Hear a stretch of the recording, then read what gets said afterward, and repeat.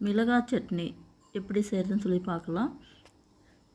இந்த சட்னியில் வந்து மிளகாய் அதிகமாகவும் பூண்டு மிகவும் குறைவாகவும் இருக்கணும்.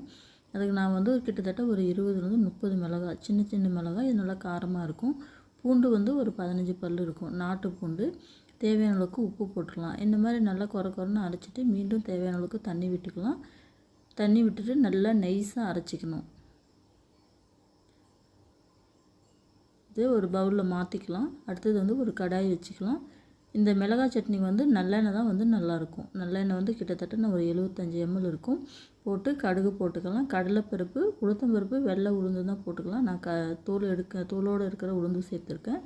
எல்லாம் நல்லா பருப்பு வந்து நல்லா பொரிஞ்ச பிறகு பச்சை கருவேப்பிலை போட்டு நல்லா தாளித்து எடுத்தோம்னா மிளகாய் சட்னி ரெடி. இந்த ரெசிபி உங்களுக்கு பிடிச்சிருந்தா என்னோட சேனலுக்கு லைக் பண்ணுங்கள், ஷேர் பண்ணுங்கள். டெய்ஸி விலாக் தமிழுக்கு சப்ஸ்கிரைப் பண்ணுங்கள். மீண்டும் அடுத்த வீடியோவில் சந்திக்கலாம். நன்றி, வணக்கம்.